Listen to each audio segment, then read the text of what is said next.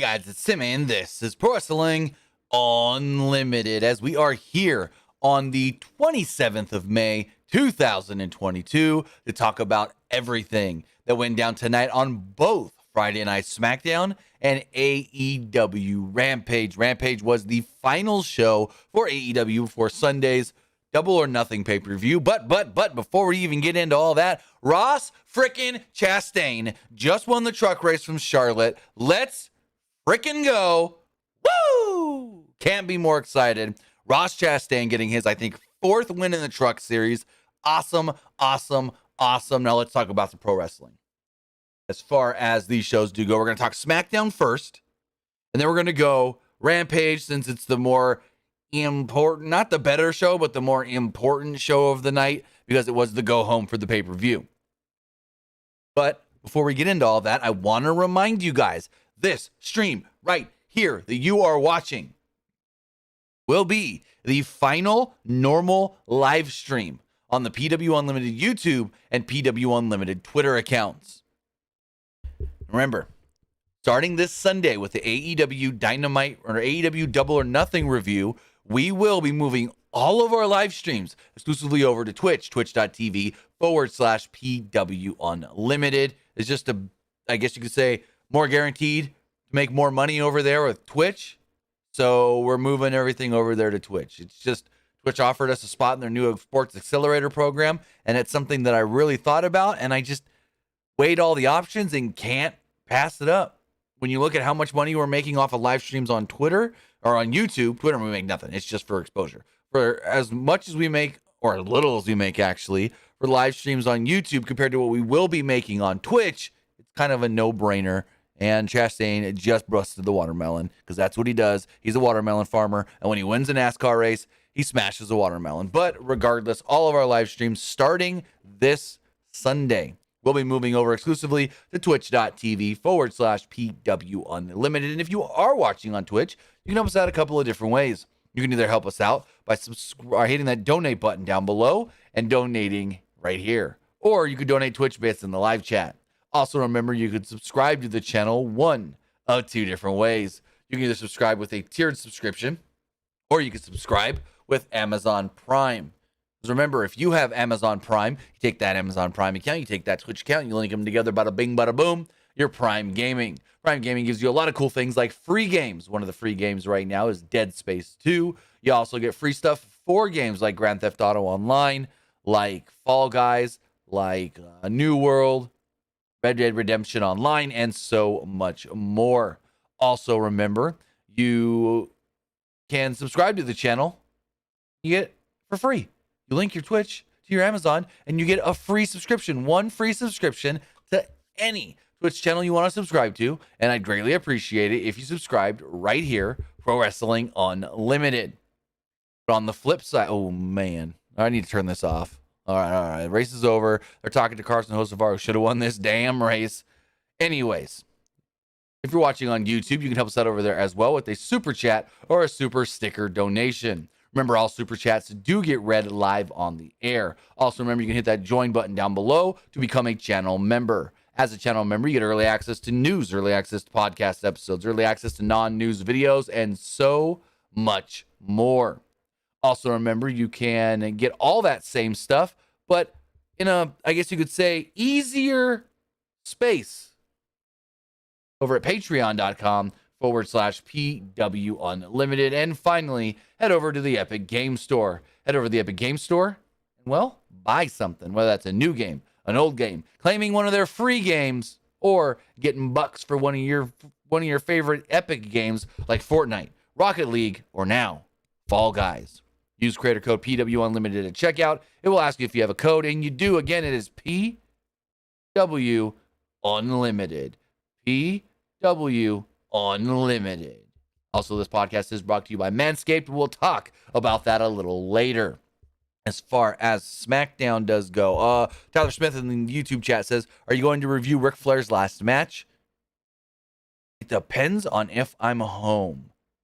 I don't know if I will actually be home that Sunday. So that all depends. Plans for that Sunday are up in the air. I already had to blow friends off for the Saturday because of SummerSlam. And so I may have plans on that Sunday. I already had to blow off some friend plans. I blew off family plans. I'm like, nope, can't miss SummerSlam. That is one that I gotta just, yep, nope. I gotta. But talk about SmackDown. SmackDown started off with a recap of last week's main event of the Usos defeating RK Bro to become the unified, undisputed WWE Tag Team Champions. The Usos came out. This was not a bad segment. Could have been better, but we'll see. You know, we'll see where this leads. I mean, I know where it leads to, but I mean, it could have been better. I'm going to say that right now. So the Usos were good in their role. We got a surprise, I guess you could say, challenge.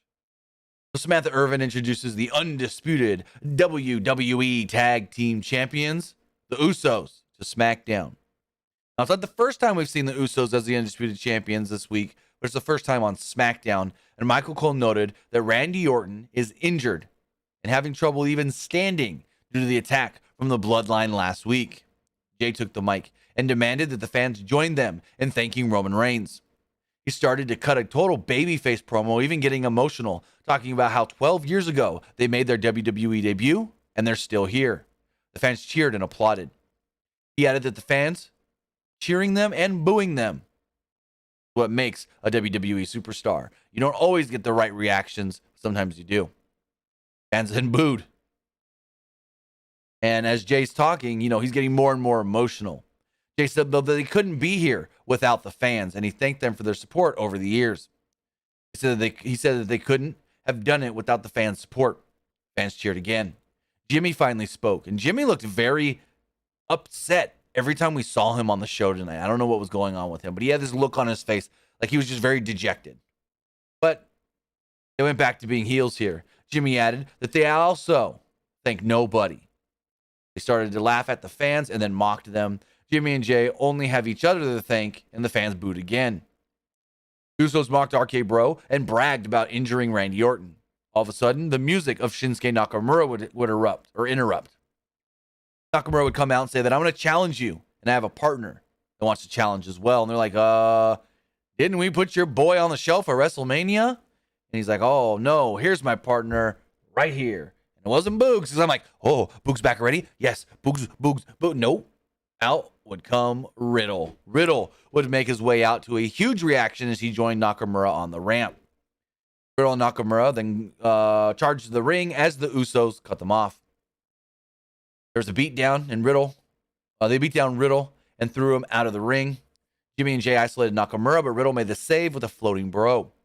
Riddle and Nakamura cleared the ring, and the Usos left.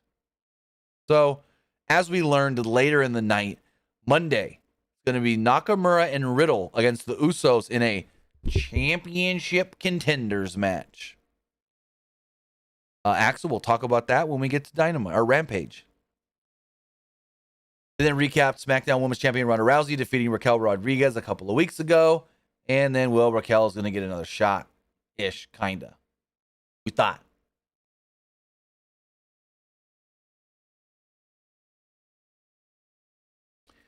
In the locker room, Shotzi, Xia Li, Natalya, Shayna Baszler, and Aaliyah watched Raquel Rodriguez walk to the ring. Shotzi addressed each of them. Shotzi thinks that they all deserve a shot more than Raquel. Lee left without answering. Ali told off Shotzi and walked out. Baszler and Natalya agreed with Shotzi. After commercial break, Kayla Braxton approached Riddle and Shinsuke Nakamura. They were trying to come up with a team name. Riddle mentioned that Randy's idea was for them to team together because she's like, you know, Riddle, what would Randy think if he knew that you were going to team with Nakamura? And he's like, it was Randy's idea. And Nakamura had this look on his face like, this is going to do well. This is going to do well. So in the locker room, Baszler, Natalya, and Shotzi decided to go to the ring. Shotzi went back for her helmet, but Aaliyah locked the door, and locked her in the locker room. Aaliyah was on the other side with the key. Then we had the championship contenders match that lasted 54 seconds. Yes, it lasted no longer than 54 seconds.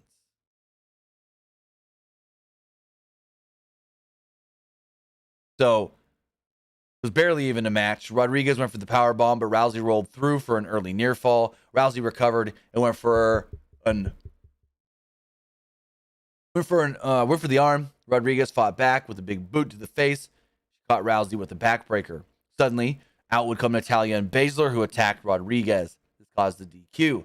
Natalya gave Rodriguez a chop block. Rousey recovered to make the save, and the faces cleared the ring, leading to a 3.5-minute tag team match. What? Ronda and Raquel against Shayna and Natty. And this was all right. This was good while it lasted, I guess you could say. So the match started during the commercial break. The heels were firmly in control. They isolated Rodriguez on their side of the ring and worked over her leg. Rodriguez fought back and tagged in Rousey. Rousey ran wild, but Natalya caught her in a sharpshooter. Rousey fought back and tagged Rodriguez in. Rodriguez hit a corkscrew splash, but Natalya made the save. Rousey and Baszler faced off, but Natalya pulled Rousey out. Rodriguez then hit a power bomb on Baszler for the win. So after this, nothing really happened, and then we go to commentary. Michael Cole mentions that Money in the Bank will now be taking place from the MGM Grand Garden Arena. In the back, Megan Morant interviewed Xavier Woods and Kofi Kingston. They refused to reveal who their mystery partner was. They noted it could be anyone. They got a recap of Happy Corbin injuring Madcap Moss a few weeks ago, and they announced that Moss will be returning next week. Los Lotharios took on the team of Jinder Mahal and Shanky in a 2-minute, 15-second match. Nothing really here. It was very strange. And Shanky's now babyface, maybe? I think. I don't know. So, at ringside, Los Lotharios, they were dancing in front of Samantha Irving, and Mahal and Shanky had the early advantage once the match actually started. Because, Mahal's music played, Shanky was dancing, he then yelled at Shanky to get in the ring. Yeah. So, anyways, the match starts. Mahal and Shanky do have the early advantage. Shanky threw Humberto around and rocked him with a boot to the face. Los Lotharios took over and isolated Mahal. Mahal fought back, and Angel sent him into the commentary table. Angel threw Mahal back into the ring, and he looked over to Irving, who walked towards him. He started dancing again. Shanky then mocked Angel and rocked him with a super kick. Back in the ring, Humberto took advantage and pinned Mahal to pick up the victory. After the match, Jinder yelled at Shanky and blamed him for the loss. Mahal walked off. Shanky then looked over at Samantha and just started dancing. What the heck? What the hell was this waste of time? This was dumb. Capital D dumb. D-U-M dumb. B, D-U-M-B dumb. So dumb I can't even spell it right.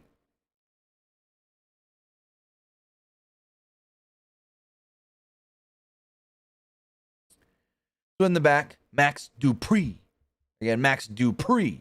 approached Adam Pearce. Pearce looked into the contract and welcomed Dupree to SmackDown. Dupree's officially looking for his first client. Didn't say who it was going to be.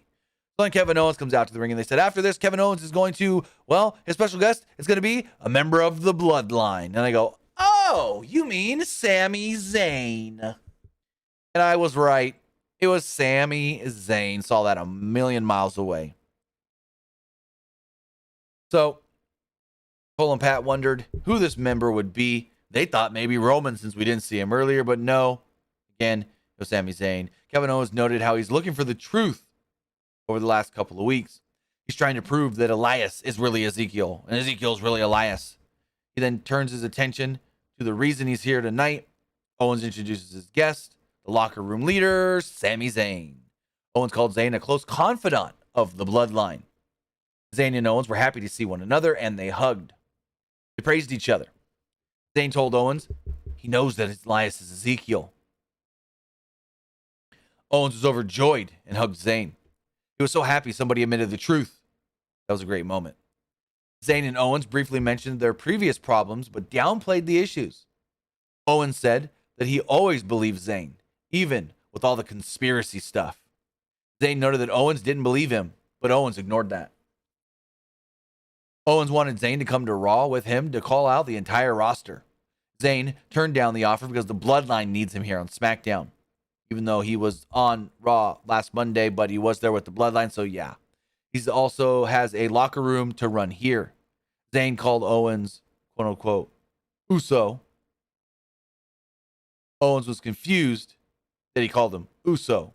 I think he meant to say Us, like the Usos do, but he called him Uso. I loved that. Zayn and Owens started arguing back and forth with each other. This got a little bit drawn out, and Owens became angry and claimed the Bloodline didn't even care about you anyways. Zayn got furious and claimed that, you know what? Maybe Elias and Ezekiel are two different people. Owens pointed out that the Usos walked out on you on Raw. Owens then introduced the Bloodline to prove that they wouldn't come out, and, well, they didn't come out. He said that's proof enough that Zayn isn't a member of the Bloodline. Zayn said he had heard enough, and he left. Owens went after him and begged him to come to Raw with him. Zayn pushed Owens and walked away. Then, in the ring, two crew members started taking down the set for KO show. Owens, furious, jumped back in the ring and gave both of them some stunners. There we go. Good segment, but it was a little dragged out. I felt like it just went a little longer than it needed. Next up, it was an okay match. It was Gunther and Ludwig Kaiser against Ricochet and Drew Gulak. The match went 6.5 minutes. I thought it was just okay. To recap, Ricochet pumping up Gulak to confront Gunther last week. Kaiser had the early advantage in this match and worked over Gulak's arm. Gunther rocked Gulak with a chop and threw him out of the ring. Back from a break, Kaiser was firmly in control with the chin lock. Gunther fought back and Ricochet got the hot tag. Ricochet ran wild and hit a springboard crossbody. Kaiser rolled up Ricochet for a near fall after Gunther caused a distraction. Ricochet rocked Kaiser with a knee to the face, and Kaiser threw Ricochet out of the ring after Gulak got the tag. Kaiser then rocked Gulak with a stiff kick and picked up the victory, basically like a penalty kick deal.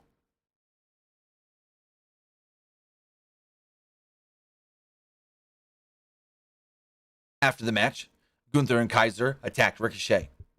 Kaiser rocked Ricochet and kicked him as well. So in the back, Sami Zayn spoke with the Usos. Jimmy's still looking all dejected for some reason. I don't know what's up.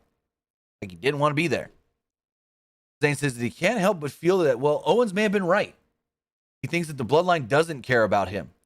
He asked, maybe I could be an honorary Uso. Well, honorary member of the Bloodline. And they're like, yeah. And Jimmy's like, sure. You could be a honorary. And then the Usos went to Roman Reigns' locker room, because that's what it said.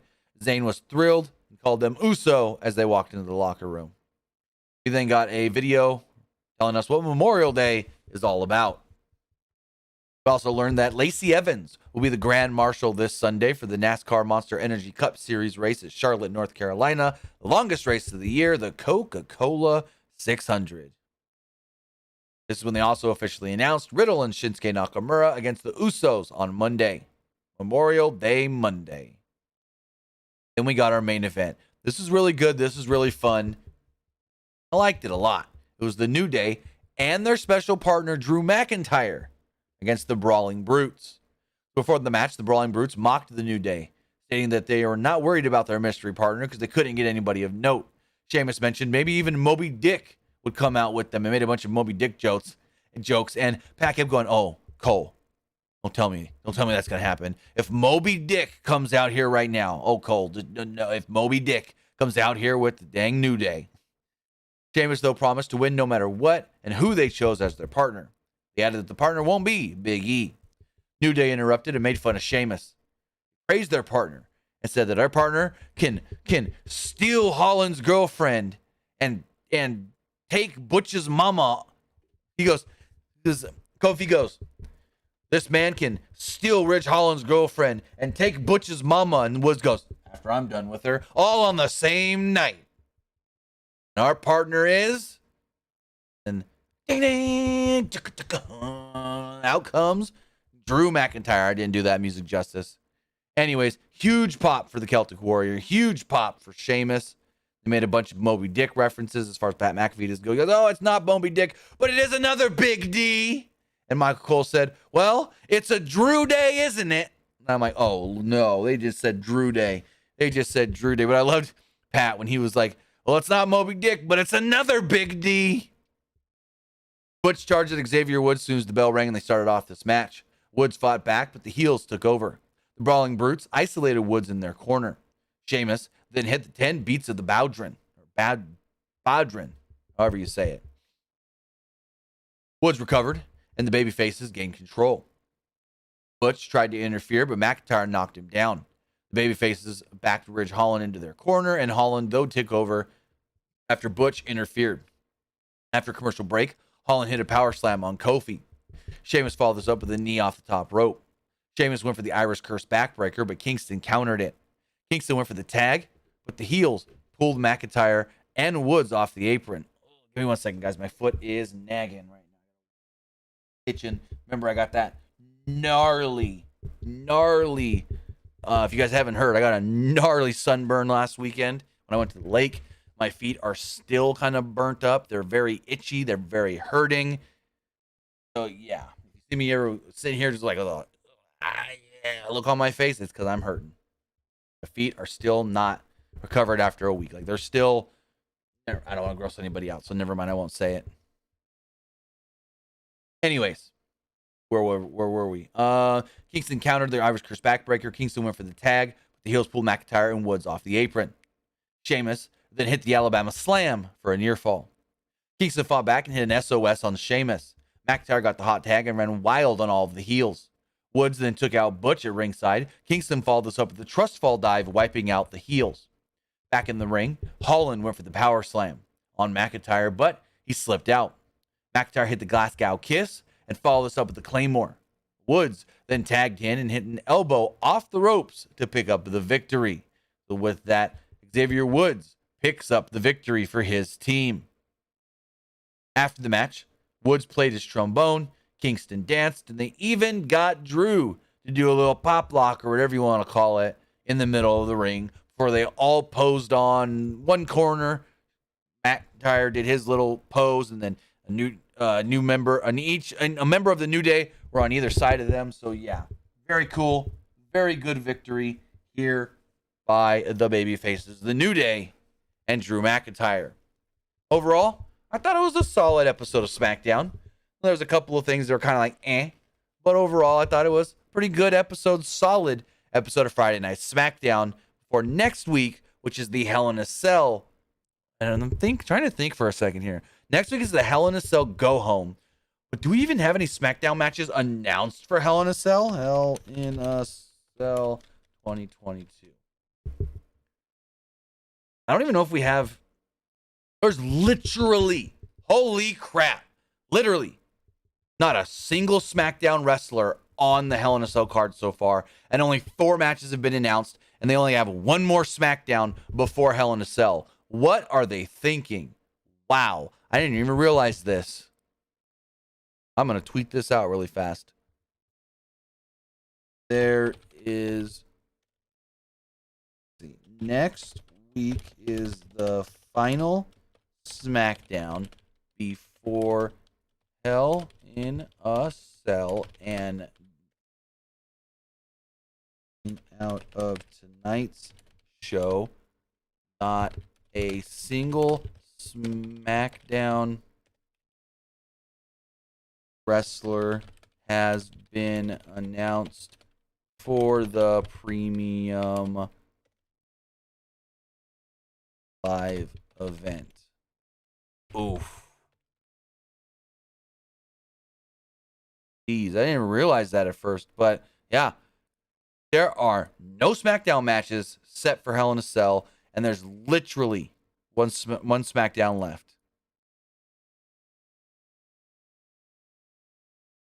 But again, like I said, not a bad episode of SmackDown. I enjoyed it. I really did. And now I want to know what you guys thought of tonight's SmackDown as we go and check the polls for tonight's Friday Night SmackDown. As we pull up the polls here, as far as the Twitch poll does go, 100% of you liked tonight's SmackDown. Really good to see. As far as the Twitter poll does go, why does that keep... What the heck? As far as the Twitter poll does go, 40% thought the show was just all right. 36% liked it, and 22% didn't like SmackDown. far as the YouTube poll does go. 63% liked tonight's SmackDown. 32% thought it was just all right, and 5% did not like SmackDown. Now, as we move on, before we talk about AEW Rampage, I want to tell you about the sponsor of this podcast. That's Manscaped. Support for PW Unlimited is brought to you by Manscaped, who is the best in the men's below-the-belt grooming. Manscaped offers precision-engineered tools for your family jewels.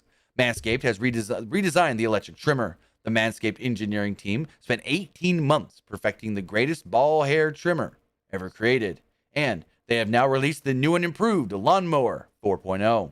The fourth generation trimmer features a cutting-edge ceramic blade to prevent manscaping accidents. Millions of balls are about to be nick-free thanks to Manscaped's advanced skin-safe technology. Manscaping accidents are finally a thing of the past. When I tell you this is premium, I mean it's premium, and I know because I have used the Manscaped, what is it called, lawnmower. I've used the lawnmower myself. Battery life. It also lasts 90 minutes for a longer shave. You don't have to rush it. You can take your time. No matter if you're shaving outside of the shower, inside of the shower, your girlfriend's helping you, your wife's helping you, whatever, you can take your time and not have to rush trimming your balls. One of the coolest features to help trim your balls is the LED light that illuminates the grooming area for a closer and more precise trim. They've also upgraded the 7,000 RPM motor with quiet stroke technology. And let's not forget about that charging stand. Show your mower off loud and proud because this intelligently designed stand is a rapid charging dock powered by USB. If you are listening right now, then do what I say. Help your balls. Trim your junk. Your balls will thank you. Get 20% off and free shipping when you use our code PW Unlimited at manscaped.com. Again, your balls will thank you. Get 20% off and free shipping with the code PW Unlimited at manscaped.com. That's 20% off and free shipping at manscaped.com when you use code PW Unlimited. But with that, as we move forward, we've also got, Friday night AEW Rampage. Rampage to talk about. This show was the final AEW show before this weekend's Double or Nothing pay-per-view on Sunday. We had Excalibur, Ricky Starks, and Taz on commentary, along with special guest William Regal for the opening match, Bryan Danielson and Matt Seidel, that went just a little over 11 minutes. Now, I know a lot of people stated when, I said this morning. Well, actually, here's the thing. So we talked this morning on the wrap-up about Rampage being at an earlier time and how initially it was actually scheduled for 2:30 p.m. Pacific on the TNT website. So I go 2:30 p.m. Pacific, load it up on my phone because I was taking up the kids. So I was going to listen to it, not watch it, but listen to it on the car drive home. And it's not on. Why is Shazam on? Actually, an hour later, when I checked the time for the show this morning, it was listed incorrectly. That's very interesting. Wonder how many other people tried to go watch it at 2:30 and it wasn't even on. Magmalord says, I did not watch Rampage at all. That new time slot isn't for me. And I know a lot of people on the West Coast probably were not able to watch this show live because of that early start time, because of that 2:30 Pacific, where a lot of people were probably still at work. But regardless, the match that opened the show was Danielson versus Seidel. There's a lot of mat work early on. Regal won't give away any of Danielson's condition ahead of the pay-per-view. They said on Dynamite he was injured, and that's why Kingston had to wrestle with Moxley in the tag match. So I don't know, but he looked fine. This was a great opening match here, and the live crowd loved it. Seidel hit a leg lariat early and a standing moonsault to gain the advantage as the show went to a split-screen break. Back from the break, Seidel flipped out of a flying mare and a flying mare attempt and hit Danielson with a knee strike. Seidel and Danielson exchanged knee strikes. Seidel countered a suplex attempt and with a Rana into a cradle for a near fall. Seidel pushed Danielson off the top rope and hit a Meteora. Danielson then rolled through into a single crab. Seidel nearly escaped, but Danielson kept the hold on. He then twisted into a knee bar heel hook. Seidel got to the ropes for the break. Danielson then hit the yes kicks. Danielson went for a back suplex, but Seidel countered into a sunset flip power bomb for another near fall. Match crazy at this point. These two, great together. Danielson and Seidel exchanged forearms, and Seidel caught Danielson for a near fall. Danielson hit the Busaku knee, laid in some hammer throws, and anvil elbows. He then locked in a guillotine and a body scissors. Seidel is out like a light, and Danielson gets the victory. Good choice of an opener here. I thoroughly enjoyed this match. Then we had, what the hell? Young Bucks against Taylor Rust and John Cruz. And so Matt Hardy keeps calling the Young Bucks Hardy Boy cosplayers. So what did they do? They actually cosplayed as the Hardys tonight. Matt Jackson dressed as Matt Hardy. Nick Jackson dressed as Jeff Hardy with the face paint and everything. And they even brought out Gangrel and Brandon Cutler as Lita. Like, the fuck? Try not to cuss as much, but that, what? Match went 2.5 minutes. And they even had Matt Fax on the screen. Anyways, the crowd chanted, "You still got it," for the Hardys, playing along with the joke. The Bucks hit double super kicks on both guys. Matt hit a twist of fate on Cruz. Nick hit the Swanton Bomb, and they picked up the victory. After the match, they posed in the ring with Gangrel, but then attacked Gangrel and gave him the BTE trigger. The real Hardys then came out to make the save. The Bucks ran down, and Cutler faced the wrath of the Hardys, taking the twist of fate and the Swanton, while the Bucks watched from ringside. I'm like, what are we doing here? This was dumb and not needed. I don't even understand why the Bucks and the Hardys are feuding anyways. It doesn't make any sense. I don't get any of it. Does this go all the way back to like 2-3 months ago on BTE when the Bucks kept asking Matt for a piss sample? Like, I don't understand at all why the Bucks and the Hardys are feuding. It makes no sense. Is it because the Bucks are aligned with Red Dragon and Cole, and they're doing the thing with Darby and Sting, and the Hardys got involved in that as well, and now it's all kind of intertwined and wibble-webble? I don't even know. I don't even know why the Hardys and the Bucks are feuding. What? In the back, we got Darby. He challenged Kyle O'Reilly to a match. He said, Kyle. Or he goes, the Young Bucks didn't take out Sting. Adam Cole didn't take out Sting. Bobby Fish didn't take out Sting. You did, Kyle. You did. And I want you this Sunday at Double or Nothing. And if you don't accept, well, then I'm going to have to take matters in my own hands. I will interfere in Adam Cole's match. I will interfere in the Young Bucks match. So maybe you should accept my challenge. And it was announced later on in the show, we will be getting Kyle O'Reilly versus Darby Allin at the pay-per-view. Also announced another match that we'll talk about here in a moment. 13 goddamn matches on this show. 13 goddamn matches. And you got people going, oh, well, they only do 4 pay-per-views a year, so it's justified that if it goes a little long, it goes a little, It's going to be a long-ass show. And only so far, 1 match is designated to the buy-in, the pre-show. Like, holy crap. Next up, we had a 6-minute match. It was Dante Martin versus Max Caster. A lot of pre-match shenanigans. I don't understand the claimed with now the Gun Club. I don't get any of that. Good to see Anthony Bowens there, even though he was in a wheelchair. The Gun Club is just dumb and stupid comedy.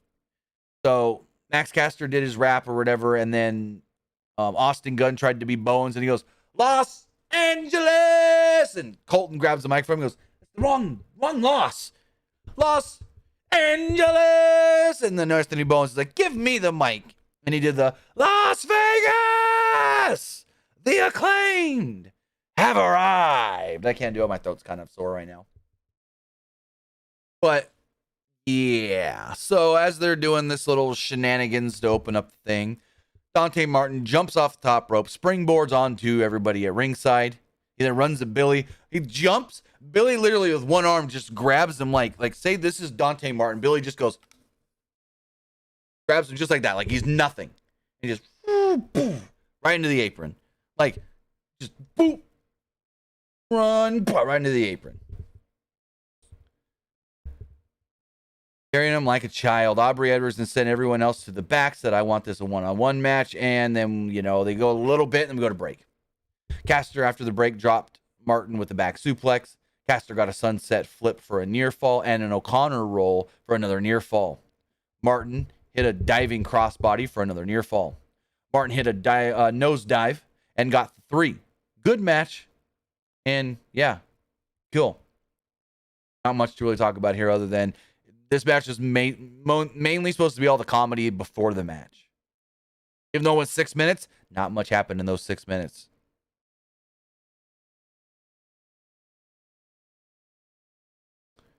So we run down the Owen Hart men's tournament. We got a cool video there with Samoa Joe and Adam Cole talking about who's going to win. Then we had Dan Lambert and the Men of the Year.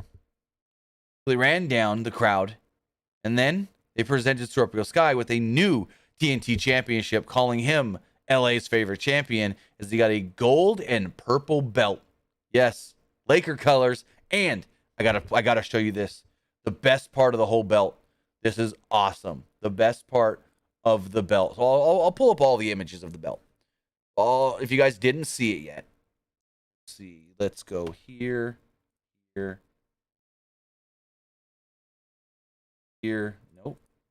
Here. So here's Scorpio Sky's TNT championship, right? Gold, what's wrong with strap, purple accents. But here's the best part of the entire thing. 8/24. Oh, as a Lakers fan, that right there, that just does it. 8/24, that's Kobe's numbers. Also got this shot and this shot of the belt as well. But the 8/24 right there on the buckle on the back. Woo! I love it. I love that they added that.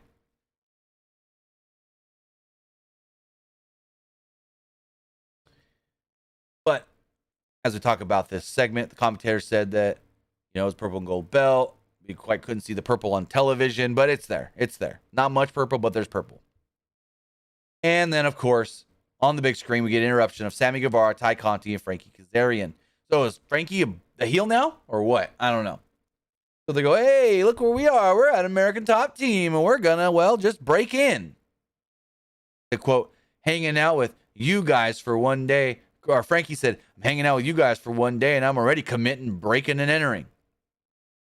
So security seemed pretty lax at this gym as well. There was nobody there. And I'm like, are you supposed to be the baby face? What the, huh? They're not the baby faces. No. And so they see the trophy cases, in America Top Team. And they see the other trophies they've got for like best sports, best MMA gym and this and that. And Frankie's like, oh, best gym. I'm going to steal that one. Then they see a TNT championship. And Frankie's about to bust the trophy case. And he goes, whoa. Sammy stops him. And he goes, no. TNT titles are a dime a dozen. We can always get a new one of those. Look over here. And all of a sudden, Ty Conti just goes, McGregor. Just out of nowhere. Sammy's like, no, look at the belts over here. And Ty just randomly, McGregor. I'm like, well, first off, McGregor ain't American Top Team, so yeah, but it was just weird that she just yells out, McGregor. And anyways, turn around, see a bunch of UFC belts and the BMF title. Conti goes, ooh, we could celebrate. Take some pictures with that belt. And so they bust that trophy case. Sammy takes the BMF title and goes, I'm the BMF champion now. Ty's got some belt. Frankie took some belt as well. And I'm like, Frankie's supposed to be a babyface. He's not a babyface no more if he's committing a crime like this. Anyways. So after the video finishes playing or whatever, Sky is annoyed. And he goes, you guys want a match? You want a mixed trios match? Well, maybe do it this Sunday at Double or Nothing. It'll be myself, Ethan Page, and Paige Van Zant against Sammy Guevara, Frankie Kazarian, and Ty Conti. But when we win, when the Men of the Year and Paige Van Zant win, neither of you, Frankie or Sammy, can ever challenge me for the TNT title ever again. That match officially announced.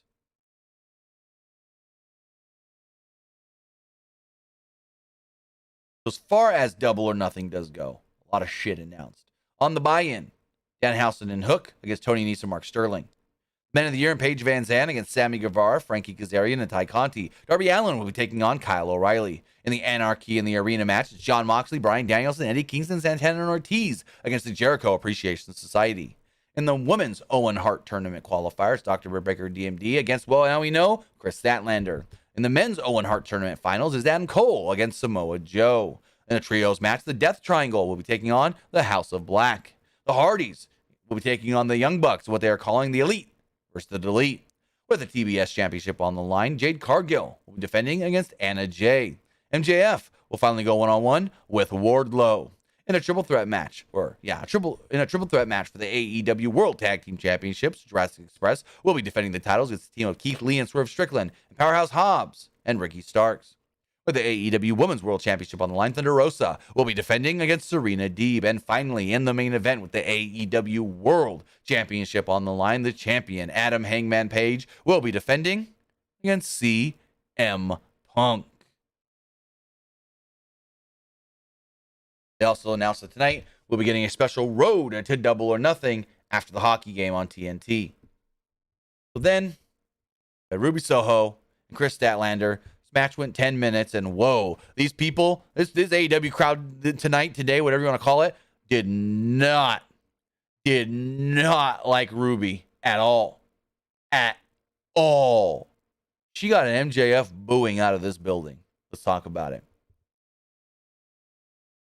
So they do the whole thing with Mark Henry, and Chris Statlander cut an impassionate promo. Like, she just was so stiff and just seemed like, this is what I was told to say, and I'm going to say it, so let's just do this match. And then Soho kind of was sounding better, but not really, because Ruby's like, I've been here for such and such time, and I've been, put down this minute, da-da-da-da-da. And Chris Statlander's like, Ruby, I've been here since this company started, and what do I have to prove for it? Not a championship belt. What? A busted knee and a messed up shoulder. And Mark Henry does, well, that's enough talking. It's time for the main event. This is just a standard babyface versus babyface match. And there was nothing really special about the match. Match went 10 minutes, and it was just a match. They go a couple minutes, and they go to a break. They're back and forth, whatever. Statlander used her power to gain the control before the break. After the break, Soho took Statlander to the mat with a top rope Hurricane Rana. Statlander came back with the power bomb for a near fall. Statlander charged into the corner and hurt her own shoulder. Tried to press Soho, but couldn't hold her up because of the shoulder. Soho hit a no future, but Statlander rolled to the floor. They're like, oh no, usually that is it. That ends the match for Ruby Soho. That is the win, but not when Statlander rolled to the floor. Now she got to get her back into the ring. On the floor, Soho did hit a Rana. Back in the ring, Soho took Statlander down by her arm, then locked in a Kimura lock. Statlander got to the ropes to break the hold. Soho tried to head scissors on Statlander, but Statlander countered and reversed into a wheelbarrow slam, sending Soho head first into the buckle. Statlander hit a German suplex, then a fisherman's falcon arrow, but it only got a 2, and the crowd was not happy. When Statlander didn't get the victory, they booed vociferously. They were just like, boo! Like, big time. They did not want Chris Statlander losing. They did not want Ruby Soho winning this match. Holy crap. Statlander floored Soho with a clothesline and went for the spider crab, but Soho escaped with the kick to the shoulder. Then the Oklahoma Roll got the pinfall, and this crowd was ready for Statlander to win. And when Ruby Soho's music played, they were so loud with boos, you almost couldn't hear Ruby's music. It was just boo! Like, holy crap. After the match, it looked like Tony Schiavone was going to interview Ruby Soho. Well, now would come the doctor, Britt Baker.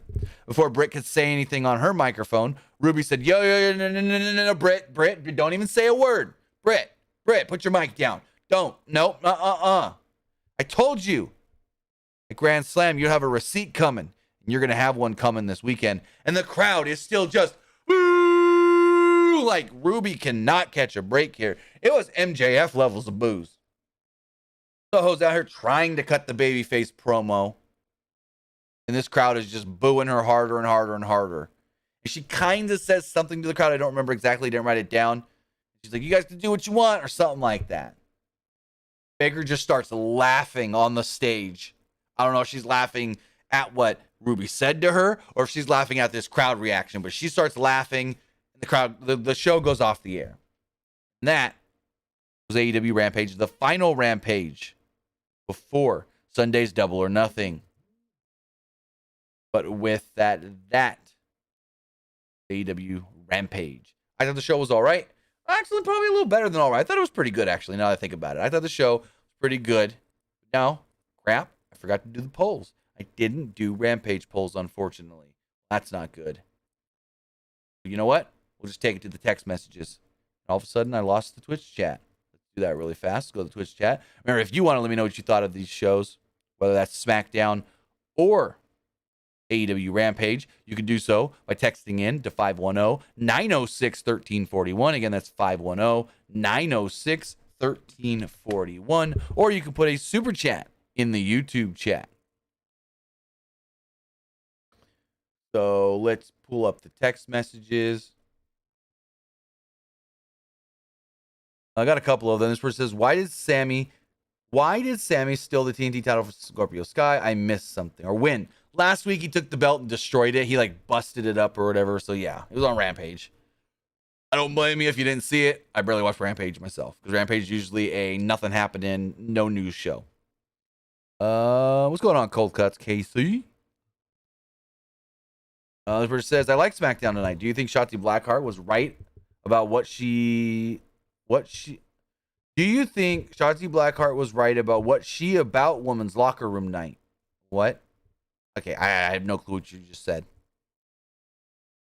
Says, since SmackDown has both world titles and tag team titles, do you think Raw needs to put more focus on the Raw Women's and United States Championships? No. Because as we've seen with the Usos, they can go back and forth having both belts. It's basically they're just not unified, but they're not undisputed. They're unified for the time being. That's what it seems like.